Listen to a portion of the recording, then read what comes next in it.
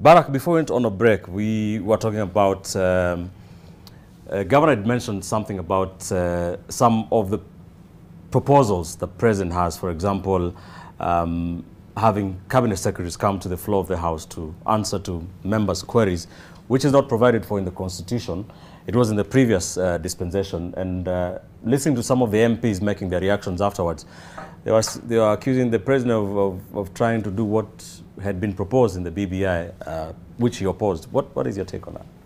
Well, I think if something was proposed in the BBI and anybody thinks that it was a good thing, but regrets that somebody stood in the way, if that somebody who is deemed to have stood in the way comes up and says that they want to do something, which seems to be what those who are pro-BBI thought was a good thing, I would usually imagine that they ought to welcome it, even if it is by way of saying, oh, this person has eventually seen the light. Because it cannot be a good thing when those who are pro-BBI propose it, and a bad thing when that one who was against the BBI proposes it. Mm-hmm. So here we have got to demarcate very clearly between what is good for the country and sour graping and axe grinding, because we expect that in contexts like this one, in the wake of an election such as we have had, there are going to be lots of sour grapes, and there are going to be a lot of people grinding axes.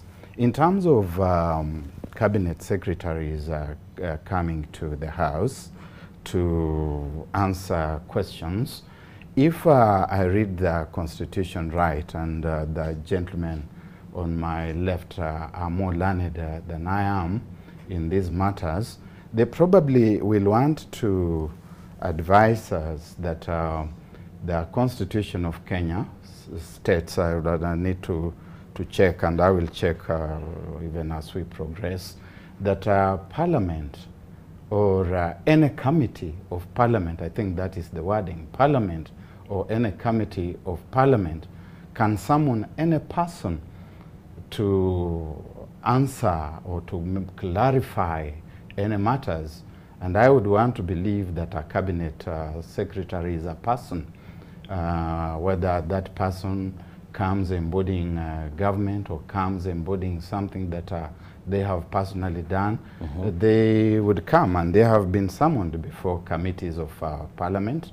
And we are also aware that there are moments when the whole House, in fact, can become a committee, right. As my boss here will tell us that there is the committee of the whole House, and therefore any person may be summoned before that committee, if Parliament may sit as a committee of the whole, right, to answer questions. And therefore I think that the Constitution is sitting well.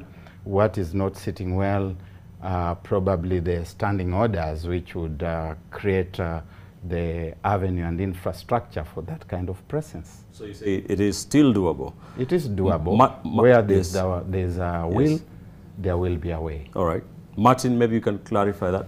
Because we have seen CSs in the past being summoned and they... No, CSs appear in committees and appear to answer to specific issues that Parliament is investigating. No problem. All right. What you're dealing with is a constitutional issue. The design of our constitution has majority and minority leadership in the assembly. What that does is that the majority transacts the government business, so to speak, yeah, and the minority questions or challenges or contributes to it. That's why the leader of majority and minority are both leaders in Parliament and actually in hierarchy next to the Speaker and so on. Yes. So that in the new dispensation, the National Assembly in and of itself is sufficiently clothed with the ability to run a business, including budget, which is a critical element. The budgets are done in the Assembly now, no longer in the Executive. So it's a very interesting area to think about, and we have to be very careful in terms of how we want to introduce any changes. Right. A standing order may not give that which the Constitution has not given, to the extent, therefore, that you can't allow a Westminster style of democracy in a presidential system such as the Americas that we have aped, rather than the American, the UK one. So we have to be careful how we do that. Otherwise, the basic structured doctrine will continue to apply, because what was the intention about separation of powers? What was the intention of the framers of the Constitution?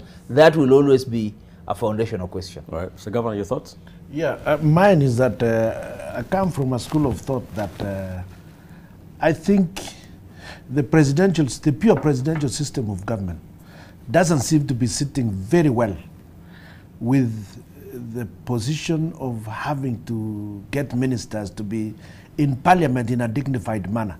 You see, when they appear before committees, they look like they are criminals. They look like they are being asked why they have stolen. And the whole country looks at the cabinet secretary, he's being questioned. In the Westminster style, a minister would come to try to explain, and would even explain the policy of his government. And he would be questioned by members of parliament in a much freer and dignified manner. And every member of parliament is free. Unlike in a committee of the whole house, that one is a little bit like a tribunal. It's like a mob trying to lynch some persons. Remember when such a mob did to Amos Kimunya? I'm sure that wasn't quite pleasant. I don't think that we are looking at. What Kenyans would rather look at is a situation where ministers are being asked on performance, and they are able to explain themselves. Their constituents are watching. Right. Everyone is watching in the country, and we can then check. Now, let me also mention the fact that our current system, where we are having a minority and a majority, yes, these two are superfluous, because the minority is not really an opposition per se. There should be an opposition leader in parliament, who is actually the alternative leader.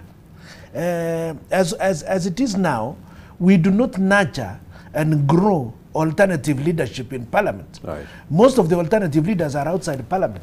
We were lucky in this situation that it is the deputy president who immediately became the leader of opposition while still around in government. Then it was easy for him to move over.